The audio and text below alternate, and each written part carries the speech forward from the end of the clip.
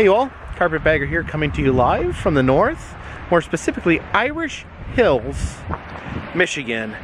And even more specifically than that, we are in front of an abandoned attraction, the prehistoric forest. This is an old dinosaur park, closed in 2002.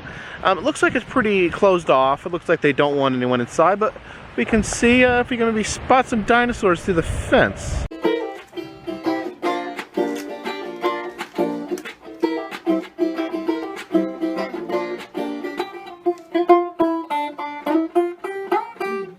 Tree here, it's kind of spaced out.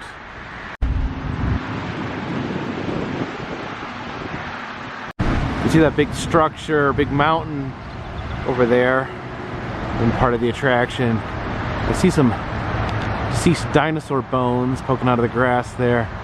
Here's actually a dinosaur you can see. It's like a brontosaurus. He's got his head rested on that palm tree. Because, you know, when you have a long neck like that, you got to worry about your head falling off. This would have been the old entrance and gift shop right here. I don't see any form of dinosaurs in here at all. But there is a picture of the Pope hanging on the wall. Looks like we do have some pterodactyls flying over our heads.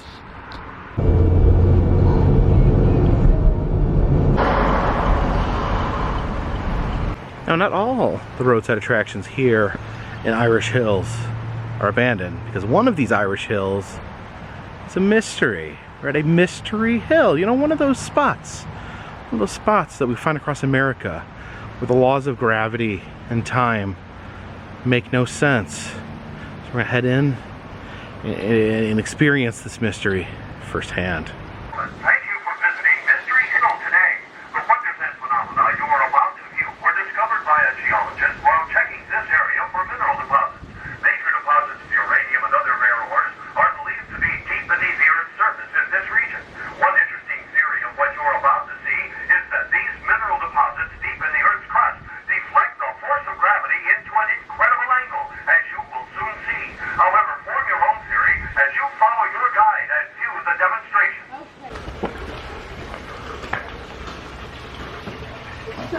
Here, we have water that goes uphill. A lot of people think we have a magnet in the wall that attracts the minerals from the water, but it's not true. We have this little plastic ball too that is not right because it's so uphill. Here we have this ladder. She usually you drop and fall to the ground, but it'll to the wall, and you can walk up it and lean off, or some people will walk over it backwards. And you can lean off of it like this.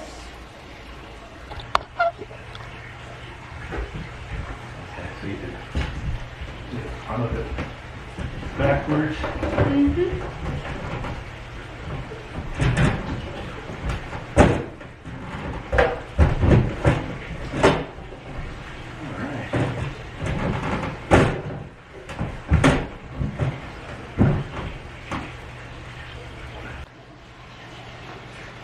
So if you want to try it on.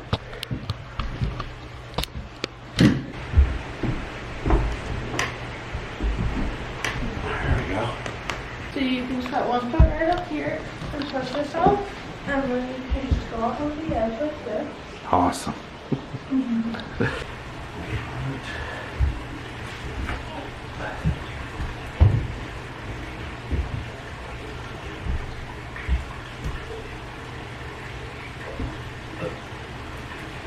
That's a high chair. So it's like the chair in the other room, but the ledge is just up higher. Oh goodness. And then you can just sit up here like this. Oh wow. Yeah. So you can grab up there on that.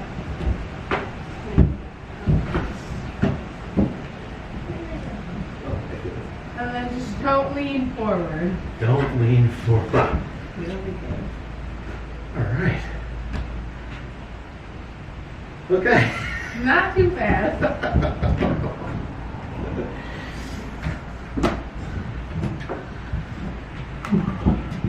So I will let it go here, and it'll swing forward and stop exactly where I let it go.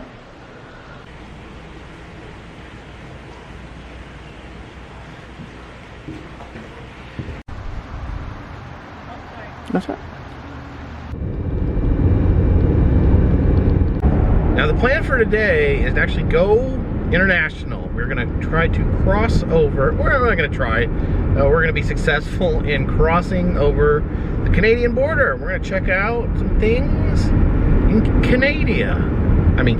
There it is. The world's largest tire. The world's largest tire was actually a Ferris wheel that was built in the 1960s for the New York World Fair. It's always cool to see remnants of the World Fair, and always cool to see ridiculously giant things as well. See, I don't know what the border security is like over the Ambassador Bridge into Canada. I remember before, when I visited Niagara Falls, I actually walked across the border, which was an interesting experience. But the guy like really had me rattled for some reason. He's like, oh, where are you staying? I'm like, well, we are staying over in Niagara Falls. He's like, whoa, whoa, whoa, we? Who's we? And I'm like, my family. He's like, your family? Well, where are they? I'm like, they're back in the hotel room. And then I was like had me so rattled with these basic questions that I felt like I was like he thought I murdered my family and was escaping to Canada. But yeah, hopefully they're. I appreciate border security, because border security is important, but I think they try to get in your head a little bit just to kind of determine maybe if you got something to hide, or you're a bad person or something. To Canada. There it is, the Ambassador Bridge, connecting our two great countries. Our country reeks of cheese, and our yaks are very large, and they smell like rotting beef sausages. Alright, got my passport ready. We're waiting in line for border security. Yes. Just drive under there, okay? Okay. Once you get under there, you'll just see there's a spot right away on your left that you can turn. Yeah. Go find a parking spot. Okay. Just stay inside of your vehicle. Officer's going to come take a quick look. Okay. I'll get you to drive forward a little bit for me. Okay. Okay, he set me aside to go to customs to be looked at by officers. That's a bit concerning. I mean, I'm worried. I have nothing to hide, but it always makes you worry, what about me?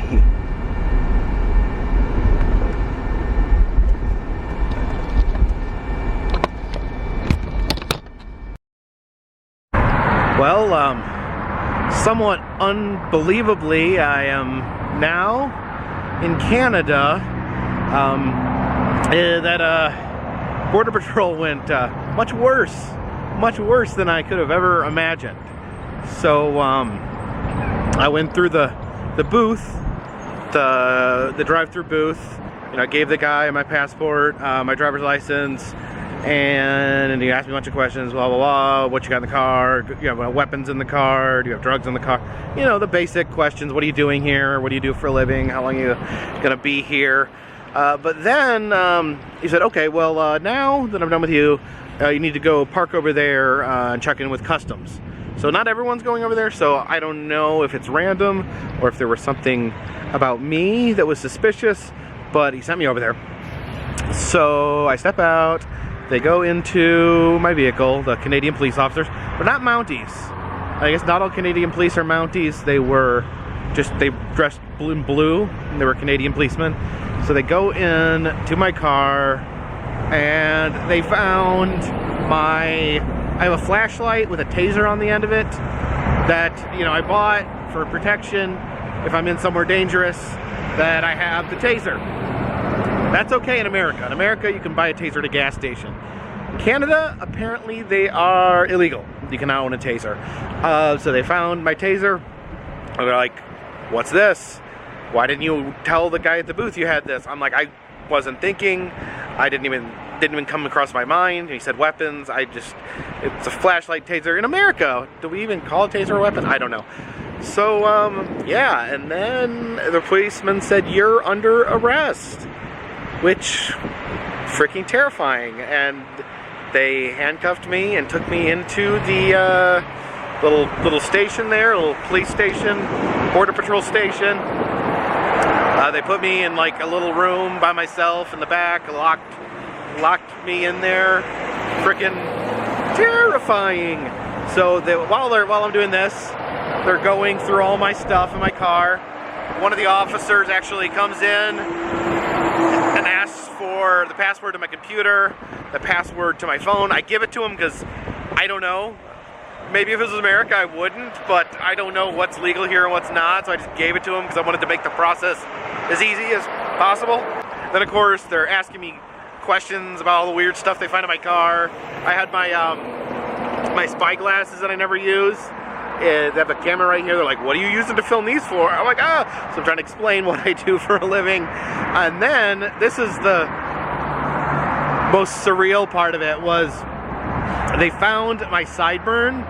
That Morty, I lost my sideburn match with Morty, and I had saved one of my sideburns in a plastic baggie, and that was in my suitcase. So they pull a plastic bag with hair in it, and they asked me, "Why do you have a plastic bag full of hair?" So I had to give them this long explanation about losing a wrestling match and having my hair shaved off in a Canadian jail cell. Yeah, so they went through all my stuff. They looked like they put most of it back where it went. They were all pretty polite. The policemen were very polite. It was very terrifying. They told me that because I had no criminal records, I'd never been arrested before. Never been arrested before.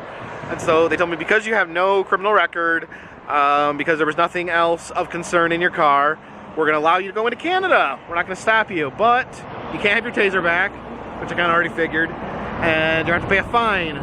So the fine was $500 Canadian, which I just checked my bank account. That comes out to $377 American. So we learned a valuable lesson here.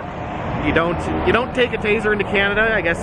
Listeners, you got to be very aware of what's in your car. You can't just blow it off because you're going into another country with different rules, different laws, and yeah. So I'm in a foreign country. I'm scared. I don't have my taser, so I can't protect myself, and that was quite a unique experience. And hopefully, the rest of my trip through Canada goes off without any more hitches and no more international incidents.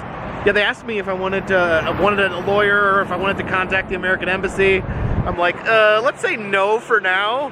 Let's see if this works out, and then if it becomes a problem, we'll get back to that. But everything's good. I'm a free man here in Canada, and we're gonna hopefully have a good trip. So for now, I'm luckily not in the bag, but this is in the bag.